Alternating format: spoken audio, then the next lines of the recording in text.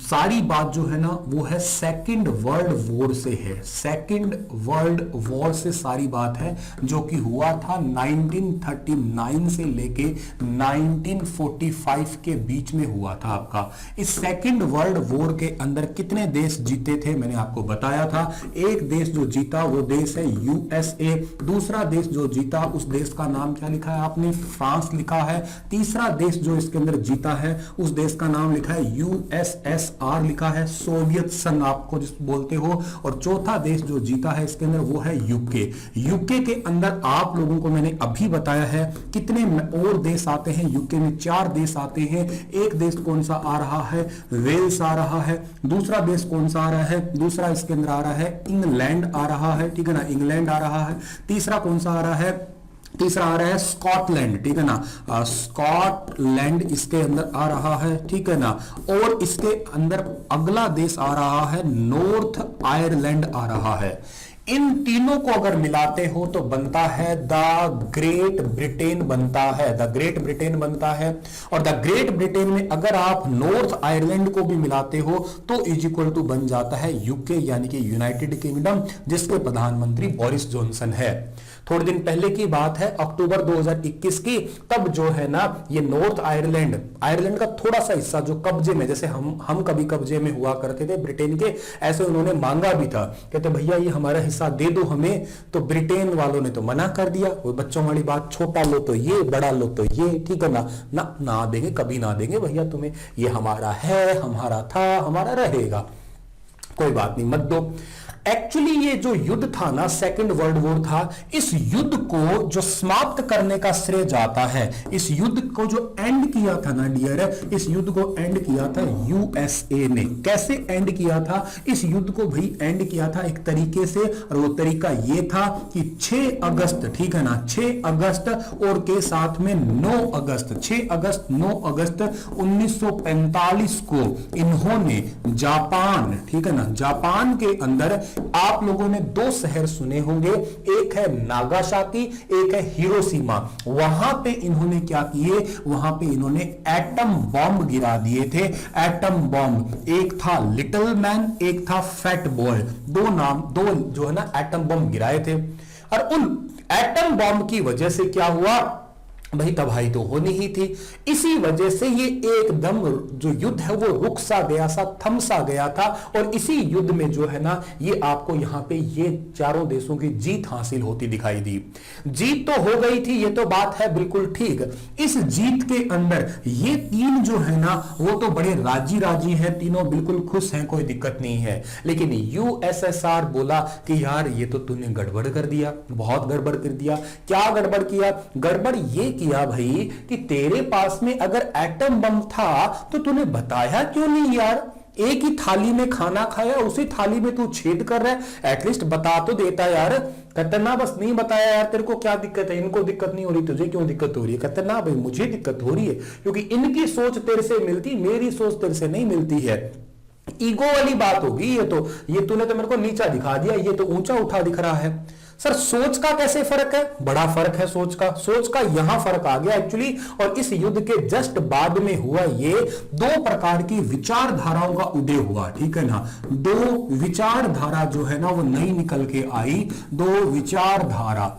अब 2 विचारधारा कौन सी निकल के आई, एक विचारधारा निकल के आई इसके अंदर जिसका नाम है पूंजीवाद विचारधारा, जिसको कैपिटलिज्म भी के नाम से पुकारते हो। और दूसरी निकल के आई यहां पे, उसका नाम क्या है, साम्यवाद, ठीक है ना, साम्यवाद, जिसको आप लोग पुकारा करते हो, साम्यवादी कह सकते हो, सोशलिज्म की भावना। इस पूंजीवाद के अंदर आते हैं यूएसए आता है, इसी के अंदर आपका ये फ्रांस आता है, और इसी के अंदर जो है ना वो आता है यूके। और इस साम्यवादी देश जो है ना वो है ये यूएसएसआर, ठीक है। गुरुजी ये तो बात सारी ठीक है, लेकिन ये होते क्या हैं, पूंजीवाद क्या होता है और साम्यवाद क्या होता है ये बताओ ना, तो ठीक लगेगा हमें। देखो भाई, पूंजीवाद का मतलब है केवल और केवल पैसे के लिए सोचना, ठीक है ना भाई। अपना काम बनता, भाड़ में जाए जनता, कोई मतलब नहीं है। पैसे के लिए हाय तौबा मचानी, हर जगह जो काम करना पैसे के लिए। साम्यवादी जो सोशलिज्म वाली थिंकिंग है ना, वो ये थिंकिंग होती है जो सोशल वर्कर्स होते हैं, जो केवल समाज के लिए जीने की कोशिश करते हैं, समाज में कुछ शेयर करते हैं, कोई लोग भलाई जैसा काम किया करते हैं। इस प्रकार से पैसे की भड़क ज्यादा नहीं है, यहां पूंजी का मतलब ही पैसा तुम्हें दिख रहा है। तो भाई यूएसएसआर ने कहा कि तुम्हारी सोच अलग, मेरी सोच अलग।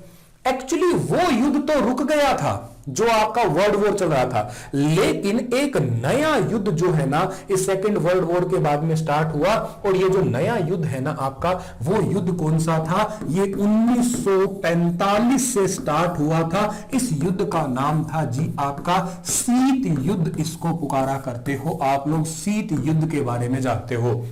इंग्लिश वाले जिसको आप लोग पुकारा क्या करते हो? कोल्ड वॉर का नाम इसको दिया करते हो। कोल्ड वॉर स्टार्ट हो गया। गुरुजी कोल्ड वॉर क्या है? पेपर में बहुत बार सवाल आया है। दूसरे विश्व युद्ध के जस्ट बाद कौन सा युद्ध शुरू हुआ? शीत युद्ध शुरू हुआ। कब से शुरू हुआ? 1945 से हुआ। किन दो विचारधाराओं के कारण शुरू हुआ? पूंजीवाद और साम्यवादी, इन विचारधाराओं के कारण, कैपिटलिज्म और सोशलिज्म की वजह से युद्ध स्टार्ट हुआ। अब सर ये तो बात समझ में आ गई कि इस वजह से ये युद्ध स्टार्ट हुआ, लेकिन ये युद्ध क्या होता है ये बताओ पहले तो मैं। भैया इस युद्ध में गड़बड़ है। ये युद्ध ना ऐसा कुछ समझो कोई तोप गोलीबारी वाला युद्ध नहीं है कोई। ये युद्ध ऐसा है कि नीचे नीचे कचरे वाला युद्ध है। जैसे कोई पड़ोसी है, उस पड़ोसी के साथ में आपको छेड़ना है। कई पड़ोसी ऐसे होते भी हैं, आराम से आप बैठे हो, ठीक ढंग से आ रहे हो, जा रहे हो, आपके घर के आगे कचरा फेंक जाएंगे फालतू में, ताकि आप उनसे लड़ो, आप उनसे बोलो, वो चाहते हैं। या आप आराम से खड़े हो बाहर, वो जानबूझ के किसी बच्चे को पीट पीट के, कुत्ते को आगे देके मारेंगे उसको, फालतू में सुनाएंगे बच्चे को। इनडायरेक्टली तुम्हें बता रहे हैं, कह तो उसे रहे, इनडायरेक्टली तुम्हें सुना रहे हैं, मर गया तू, काम नहीं करता, ऐसे ऐसे लोग हैं, मेरा तो कालजा फूंक दिया। ऐसे जनरली कई बहुएं भी करती है अपने सास को सुनाने के लिए, अपने बच्चे को कान पकड़ती है, मेरी आत्मा छेक दी, मेरा कालजा फूंक दिया, ये है वो है, फलाना ढिमकाना चाबी भरती रहती है। सुनाना वो एक्चुअली बच्चे को नहीं चाह रही है, सुनाना तो वो मतलब जो भी मेंबर है, समझ रहे हो तुम। जानबूझ के लड़ने की कोशिश करना, नीचे नीचे करना, कुछ करना, इसको आप अपनी भाषा में समझ सकते हो तो कुचर नहीं करना, ठीक है ना। कुचर नहीं करते ही रहते हैं, नीचे नीचे नीचे नीचे, ठीक है सर जी, हो रहा है ऐसा काम। लेकिन भाई बात ये हुई, अच्छा इसमें कोई आदमी मरता है क्या? बिल्कुल मर सकता है। ये देखो दो आदमी है, एक ये है और एक ये है। अब ये वाला आदमी ना बड़ा शांत है, लेकिन ये वाला आदमी ना बहुत भड़का हुआ आदमी है, हर टाइम पे भड़का ही रहता है ये। अब ये कोशिश करता है इसको छेड़ने की, फिर भी ये इग्नोर करता है, फिर छेड़ इग्नोर कर रहा है। अरे कभी ना कभी तो इसकी ईगो हर्ट होगी ना। ये थोड़ा सा बोलने आया, ये तलवार लेकर गर्दन काट दी सीधा। ऐसे भी प्रकार होते हैं, हां जी ऐसा भी होता है। ऐसे ये शीत युद्ध चला, और ये शीत युद्ध भैया 1945 से लेके और 1991 तक चला था। अरे बाप रे बाप साहब, इतना लंबा, जी बिल्कुल ये इतना लंबा युद्ध चला था। क्या हुआ सर फिर, मतलब इन बिटवीन खत्म कैसे हो गया ये युद्ध? सुनो फिर इसकी कहानी, उसी की कहानी की तो चर्चा आज बतानी है मुझे आपको। इस कहानी का मोड़ यहां पे चल रहा है, और वो कैसे चल रहा है ये देखो। इसके युद्ध के दौरान अभी यूएसएसआर को अमेरिका कहता है यार मेरे जैसे सोच वाले और बहुत लोग हैं। कैसे पता? इन्होंने कहा 1949 में एक संस्था बनाई, ठीक है ना।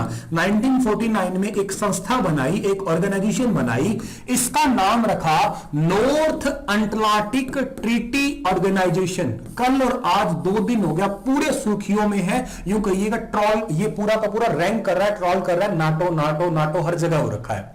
आज इस क्लास में तुम ढंग से समझ लोगे कि व्हाट इज नाटो, नाटो होता क्या है, इसको भी आपको समझना है। नाटो क्या होता है ढंग से समझना। आज मेरे इस लेक्चर से आप लोगों को ये यूक्रेन रशिया का मामला एकदम जबरदस्त समझ में आ जाएगा। बिल्कुल आप किसी को पढ़ा भी सकोगे, ऐसा समझ में आ जाएगा। पढ़ो तो ऐसा पढ़ो कि किसी को पढ़ा भी सको आप लोग। एक एक बात बारीकी से समझ में आ जाएगी, सब कहानी क्लियर हो जाएगी एक्चुअली हो क्या रहा है। इतनी कहानी तुम्हें समझ में आ ही गई होगी, उम्मीद है। चलो जी, तो 1949 में एक संस्था बनाई, और नाटो उसका नाम क्या है? आपका नॉर्थ अटलांटिक ट्रीटी ऑर्गेनाइजेशन इसका नाम है। इसका हेडक्वार्टर रखा गया कहां पे? इसका हेडक्वार्टर रखा गया जी ब्रुसेल्स के अंदर हेडक्वार्टर रखा गया। ये ब्रुसेल्स कहां पे है? ब्रुसेल्स पड़ता है बेल्जियम में, बेल्जियम की राजधानी है, वहां पे इसका हेडक्वार्टर रखा गया। और इसके अंदर टोटल जो है ना वो मेंबर कितने हैं? आज की तारीख तक टोटल 30 देश ऐसे हैं जो इसके मेंबर है। और जो इसका रिसेंटली 30वां देश जो ऐड हुआ है उसका नाम है मेसोडोनिया। क्या नाम है? मेसोडोनिया, ठीक है ना। मेसोडोनिया इसका 30वां देश शामिल हुआ है। वेरी वेरी इंपॉर्टेंट है आपके लिए जो याद करना है। ये क्या है सर? ये वो संस्था है जो केवल और केवल जो है ना वो बनी हुई है कैसे देशों के लिए? जो देश पूंजीवादी विचारधारा के हैं, कैपिटलिज्म विचारधारा के हैं, उन देशों की ये संस्था है। अमेरिका ने कहा या इन देशों के संगठन ने कहा जो हम जैसी सोच वाले हैं ना वो आ जाओ यहां पे। जिसकी सोच ऐसी है ना कि अपना काम बनता भाड़ में जाए जनता, वो आ जाओ सारे के सारे यहां पे इकट्ठे हो जाओ। नाटो समझ में आ गया होगा। नाटो क्या? नाटो बस ऐसा ही है, एक ग्रुप बनाया शीत युद्ध के दौरान कि हमारी जैसी सोच के सारे इकट्ठे हो जाओ। आज की तारीख तक टोटल 30 इसमें देश है। लास्ट 30वां देश मैसेडोनिया इसमें शामिल हुआ है। इसमें पूंजीवादी विचारधारा के ही लोग इकट्ठे हैं। 1949 में ये बनी थी। नाटो का full form North Atlantic Treaty Organization है। ब्रुसेल्स बेल्जियम में इसका हेडक्वार्टर है, बेल्जियम की राजधानी ब्रुसेल्स है, वहीं पे इसका हेडक्वार्टर है। अब जी ये तो हो गया पूंजीवादियों वालों का। साम्यवादी भी कौन सा चुप बैठेंगे? सोशलिज्म वाले भी चुप नहीं बैठेंगे। उन्होंने कहा ऐसा नहीं है कि हमारी विचारधारा के भी लोग नहीं है दुनिया में, हम जैसे सोचने वाले भी हैं। कौन है? तुम जैसे सोचने वाले। कहते हैं हमने एक संस्था बनाई। इन्होंने संस्था बनाई 14 मई 1955 को एक संस्था बनाई और इसका नाम रखा जी WTO।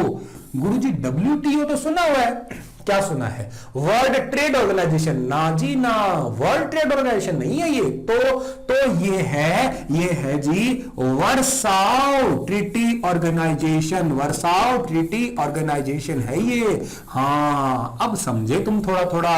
एक देश है जिस देश का नाम है पोलैंड। इस पोलैंड की राजधानी क्या है? वर्साओ। और उस देश के अंदर 14 मई 1955 को यह संधि हुई थी, इस करके इसका नाम रख दिया वर्साओ ट्रीटी ऑर्गेनाइजेशन। और ये जो आपकी ऑर्गेनाइजेशन है ना, इस ऑर्गेनाइजेशन के अंदर साम्यवादी आते हैं। कौन आते हैं इसके अंदर? साम्यवादी विचारधारा के लोग आते हैं। यूएसएसआर ने कहा कि जिन लोगों की विचारधारा साम्यवादी है, सोशलिज्म है, वो लोग आ जाओ यहां जुड़ जाओ जी, सारे के सारे शामिल हो जाओ। ठीक है सर जी, समझ गया आपका, ठीक है ना। अब ये भी समझ में आ गया तो ठीक है सर जी। अब आगे चलो जी, थोड़ा सा और आगे चलते हैं। अब गुरुजी मेरे दिमाग में ना ये डाउट आ गया। क्या डाउट आया? डाउट ये आ गया कि अप्पा कहां है। मुद्दे ही तो बात यही थी। अप्पा में कि कहां थे कि तो अप्पा कहां है? अप्पा कहां है? साम्यवादी में, पूंजीवादी में? हिसाब से देखा जाए तो पूंजीवादी में ही अपना खाम बनता भाड़ में जाए जनता। लेकिन फिर भी बताओ सर, अपा ना उधर ना इधर। हाँ अपना तो यही जुगाड़ है। अपा ना साम्यवादी में ना पूंजीवादी में, तो कहां है जी? हमने क्या किया? हमने भैया किया वो 1961 के अंदर, 1961 के अंदर एक अलग ऑर्गेनाइजेशन बनाया, नॉन अलाइंग मूवमेंट बनाया, नाम बनाया हमने, जिसको हिंदी में आप लोग गुट निरपेक्ष कह सकते हो, गुट निरपेक्ष के नाम से जानते हो। यह पेपर में बहुत बार क्वेश्चन आया है। भारत कैसा देश है? साम्यवादी विचारधारा का, पूंजीवादी विचारधारा का, गुट निरपेक्ष विचारधारा का? तो ध्यान देना, भारत गुट निरपेक्ष है। Very important. इसका जो है ना 1961 में बनाया गया था। आज इसके अंदर टोटल लगभग 120 देश जो है वो मेंबर हैं। क्या मतलब सर इसका? मतलब इसका यह है कि भाई हम है गरीब, भाई हम 120 देश हैं, हम पे कभी न कभी किसी ने कब्जा किया था, जैसे हम पे ब्रिटेन ने कब्जा कर रखा है। तो भैया गड़बड़ यह है कि हमें ना आप छेड़ो मत, ठीक है ना। हम बस अपनी दाल रोटी का काम चला रहे हैं, आराम से शांति से बैठे हैं। हमसे छेड़छाड़ ना करो भैया तो ज्यादा ठीक रहेगा। हमें आराम से शांति से बैठे रहने दीजिएगा। हम ना उधर है ना इधर है, हम गरीब आदमी है, कहां से पैसे की बात करें, हम कहां से क्या कहते हैं ये सोशलिज्म की बात करें, हमें दूरी रखो। तो हम दोनों मसले में नहीं, हम अलग ही है अपना, ठीक है ना। हमारे और बहुत काम है, हमें भाई एचएसएससी की तैयारी करनी, एसएससी की तैयारी करनी, पेपर बैंक के पार करने, ये करना वो करना, हमारा बहुत काम है, हमें इनसे फुर्सत कहां पे है, ठीक है। तो जी अब बात करते हो और आगे जाते हैं, यहां तक की तो कहानी तुम्हें समझ में आ गई होगी, ठीक है ना, कि विचारधारा अलग चल रही है, युद्ध वुद्ध भी चल रहा है, बढ़िया चल रहा है। अब सर युद्ध आपने कह तो दिया खुद ने ही कि ये युद्ध 1945 से शुरू हुआ और 1991 में जाके ये युद्ध जो है ना वो समाप्त हो गया, इस युद्ध का जो है ना वो एंड हो गया। तो युद्ध का एंड हुआ तो मतलब कुछ जीता हारा होगा ना, क्योंकि दो संस्था युद्ध लड़ रही है, मतलब समझ जाओ, एक तो नाटो लड़ रही है और वर्सेस कौन है इसके, नाटो के वर्सेस लड़ रहा है भैया WTO लड़ रहा है, नॉर्थ अटलांटिक ट्रीटी ऑर्गेनाइजेशन लड़ रहा है और वर्साव ट्रीटी ऑर्गेनाइजेशन लड़ रहा है आपका। तो इसमें जीत गया नाटो, ओए होए होए होए, हार गया कौन जी, WTO। और इस नाटो ने USSR के 15 टुकड़े कर दिए, ओए होए होए होए होए। यही 15 टुकड़ों में आप लोगों को एक थोड़ा मैप वैप ले आते हैं आपको हम दुनिया में क्या है। ये रहा रूस। एक्चुअली ये जो 15 टुकड़े हुए ना भाई, इस 15 टुकड़े में सबसे बड़ा टुकड़ा ये रूस का है। हाँ गुरुजी, 15 टुकड़ा सबसे बड़ा रूस है। रूस के अलावा ये यूक्रेन है, ठीक है ना, ये देख लेते हैं यहां पे, ये हमारा यूक्रेन, यहां पर बेलारूस है, ठीक है ना। और ऐसे जो और बहुत देश है, जैसे कि आपका तुर्कमेनिस्तान है, कजाकिस्तान है, अजरबैजान है, ऐसे करके टोटल 15 टुकड़े हुए। उनमें हमें कोई लेना देना नहीं है, कोई इंटरेस्टेड नहीं है। इंटरेस्टेड हो भी क्यों, करंट अफेयर दौड़ना है, बैठे हैं बेचारे शांति से। ये हाल फिलहाल तो आग लगी है, दिलों में लगा लो या चाहे घरों में लगा लो, कहीं मर्जी लगा लो भाई, रशिया में और भाई यूक्रेन में गड़बड़ यही हो रही है और कहीं गड़बड़ नहीं हो रही है। अब गड़बड़ कैसे हो रही है ये सुनिएगा तुम लोग, ठीक है ना। गड़बड़ होना स्टार्ट यूं हुआ कि रूस के दिल पे चोट लगी है। कब से, एक तो देखो 1945 से लगी हुई है। कैसे कि भैया तुमने मुझे बिना बताए एटम बम फोड़ दिए, बिना बताए दगा किया। दूसरी बात 1991 तक शीत युद्ध में भी हार गया, ईगो तो हर्ट हो रही है आदमी की। और तीसरी बात क्या, तो तुमने हमारे टुकड़े कर दिए, जगह जगह पे अलग अलग देश बांट दिए, तो भैया दिक्कत हो गया। अब क्या किया रूस ने ना, ये जो इलाका तुम्हें दिख रहा है ना, इतने वाला इलाका, ये तुम्हें इलाका दिख रहा है ना, ये यूक्रेन का इलाका था जिसका नाम है क्रीमिया। 2014 के अंदर इस क्रीमिया पे कब्जा कर लिया रूस ने। कहते हैं जो माई का लाल, जिसने अपनी मां का दूध पिया ना, इसको छुड़ा ले जाओ, मान जाऊंगा। तो भैया कौन छुड़ा सकता है। इस पूरे इलाके को कब्जे में कर लिया साल 2014 में। और इसके जवाब में उस टाइम पे एक G8 सम्मेलन हुआ करता था और इसमें से -1 हो गया, एक देश रूस निकाल दिया गया और ये G7 कर दिया गया। रूस कहता निकालो बेशक, हमें घंटा नहीं फर्क पड़ता, हमने जो करना था वो कर दिया। कहते तुमने कैसे किया, तुमने किया क्यों, कहते मैंने कुछ नहीं किया, क्रीमिया के लोग सारे कह रहे थे मेरे को कि मेरे को रशिया में शामिल करो। ये तो कुछ ऐसा हुआ कि जैसे एक गर्लफ्रेंड बॉयफ्रेंड पकड़े गए, उनसे पता लगाया कि तुमने आपस में क्यों किया, तूने क्यों बात करी।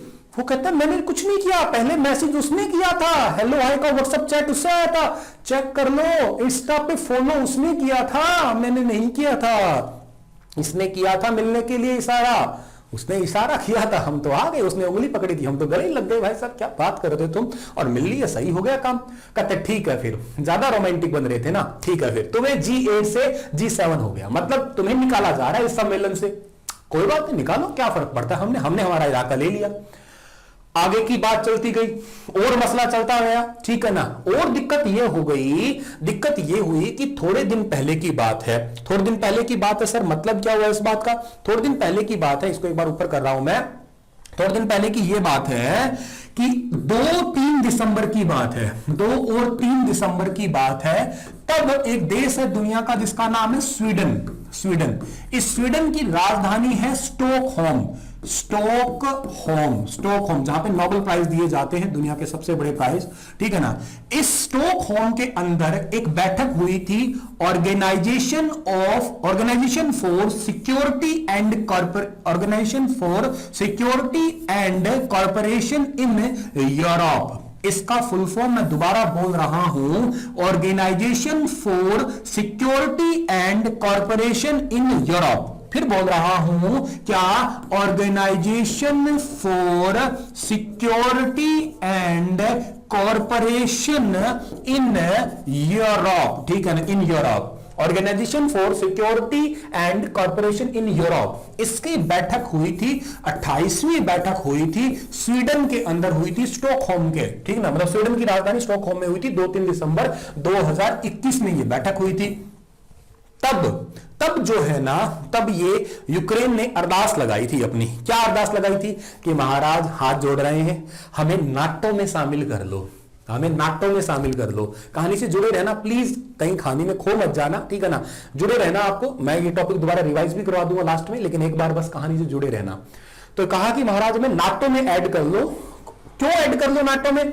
कि नाटो में ऐड करने का मतलब है, जो देश नाटो में शामिल हो जाता है ना, उसको कोई भी प्रकार की टेंशन नहीं रहती है, कोई प्रकार की टेंशन नहीं रहती। मतलब क्या है, नाटो एक ऐसी संस्था है, यहां आइएगा, ये नाटो एक ऐसी संस्था है जिसके 30 मेंबर है। जो भी देश के साथ में खुरापाती हरकत होती है, 30 के 30 मिलकर लड़ाई लड़ते हैं।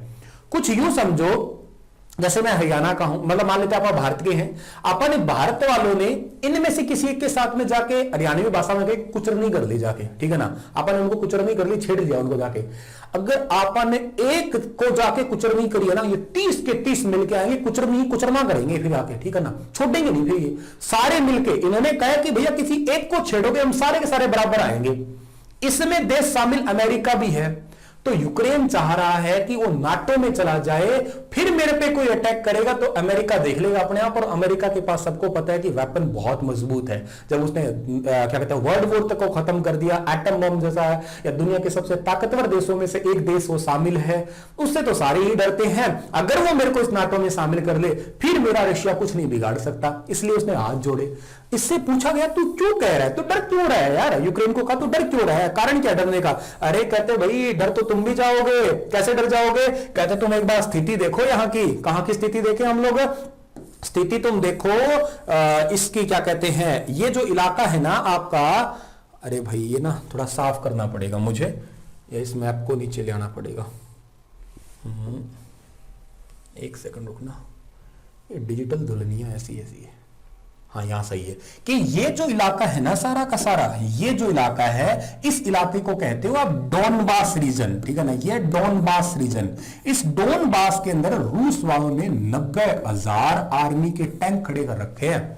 देखे तुमने कहा? हाँ हमने देखे, सैटेलाइट फोटो से देखे, 90,000 टैंक है। 90,000 टैंक, एक की बात नहीं करा, 90,000। ये सारे फोड़ दिए ना तो आधा देश खाली कर देंगे। ये तो बहुत तो मतलब गड़बड़ हो जाएगा। ये तो भैया बहुत दिक्कत आएगी। तो क्या है कि आप हमें प्लीज शामिल कर लो। किसके अंदर शामिल कर लो? हमें शामिल कर लो नाटो के अंदर। लेकिन रशिया का साथ देगा कौन? चाइना तो देखो दे ही रहा है। अमेरिका साथ देगा ना? अमेरिका का भाषण क्या है? अमेरिका क्या है? अभी देखो बात यह है, हम ऐसा कर रहे हैं कि रूस का व्यापार आधा कर दिया, रूस के महंगाई कर देंगे, ये कर देंगे, वो कर देंगे। तो रूस कहता जाओ, घंटा फर्क नहीं पड़ता, कुछ भी करो, चाहे तुम व्यापार बिल्कुल ही बंद कर दो हमसे, हमें कोई लेना देना नहीं है। तेल के दाम बढ़ गए हैं, बिटकॉइन का रेट गिर गए हैं, बहुत सारा नुकसान हो रहा है इकोनॉमी में, कोई फर्क नहीं पड़ता। यहां रूस इस साइड से अटैक कर रहा एक साइड, या क्रीमिया से अटैक कर रहा है 2 साइड, ऊपर से बेलारूस भी आ गया, क्योंकि उसके साथ विचारधारा का है ना आपका। 3 ओर से अटैक चल रहे हैं। इसकी राजधानी ये कीव है, इस पर तो पूरा हड़कंप मचा हुआ है। यहां पे एक मार्शल लॉ भी लगाया हुआ है, वो भी समझा देता हूं क्या होता है। जिस देश के अंदर वहां की आर्मी राज करने लग जाए, मतलब राजनीतिक पार्टी हटके आर्मी राज करने लग जाए, वो मार्शल लॉ होता है, समझिएगा। जिसमें सारे आर्टिकल रद्द हो जाते हैं। आर्टिकल 20 तो लागू रहता है गिरफ्तारी वगैरह का, बाकी सारे आर्टिकल रद्द हो जाते हैं। कहीं आप सोचोगे मेरा खुला घूमने का अधिकार है, बोलने का अधिकार है, कान पे मारेंगे, चलो अंदर, कोई अधिकार नहीं है तुम्हारा, ठीक है। तो सारे अधिकार रद्द हो जाते हैं। मार्शल लॉ, इस बॉर्डर एरिया पे पूरे जो है ना आर्मी तैनात है अभी फिलहाल। ये कुछ स्थिति बनी हुई है। भारतीयों को कहा गया है, ठीक है ना, कि आप अंदर रहो, ये चाट पकौड़े खाने के लिए बाहर प्लीज मत निकलना, ठीक है, अंदर ही रहना है, हॉस्टल वगैरह में। इनको शिफ्ट कर करके इस वाली जगहों पे रखा जा रहा है, पोलैंड के नजदीक, क्योंकि यहां पे थोड़ा तनाव कम है इस करके। ये यूक्रेन ऐसा देश है जहां पे मेडिकल की पढ़ाई बहुत अच्छे से होती है। तो लगभग 18-20 हजार स्टूडेंट यहाँ पे एमबीबीएस करने के लिए गए हुए हैं। तो उनको कहा कि महाराज तुम अंदर रहो, क्योंकि तुम्हारे भड़क बहुत है। क्योंकि अपने वाले क्या होते हैं, यार देख के आओ क्या चल रहा है, ठीक है ना। तो इस चक्कर में तुम बाहर मत निकलना, क्योंकि हमारे क्या होता है कि घर में कोई भी आ जाए, जैसे आपने कभी नोटिस किया होगा, 10 बजे रात को कोई पड़ोसी कोई घर में हमारे आ जाए, पड़ोसियों की भड़क हो जाती है, रात को गाड़ी किसकी आई है, रात रात को ही आ लेंगे, या फिर सुबह आके जरूर पूछेंगे रात थारा कौन आयो हो, तेरा बाप आयो रात, तेरे को बताना जरूरी है क्यों आया थे रात। तो कहते इस भड़क में प्लीज तुम ना यार दुबके रहना, अंदर रहना, बाहर मत निकल जाना, मामला गर्म है, थोड़े शांत रहना आप लोग, ठीक है। तो ये इस प्रकार का मामला है, ठीक है। तो आप लोग जो है यहाँ पे समझ गए होंगे, ठीक है। क्लास से रिगार्डिंग कोई भी प्रॉब्लम है वो आप टेक्निकल टीम से बात करें, मेरे लेक्चर के रिगार्डिंग अभी फिलहाल बात करें आप लोग, ठीक है ना। समझ में आ गई पूरी कहानी, यही कहानी थी और कोई कहानी नहीं थी। तो मोटे मोटे तौर पे आपको रिवाइज करवाऊं क्या बात है।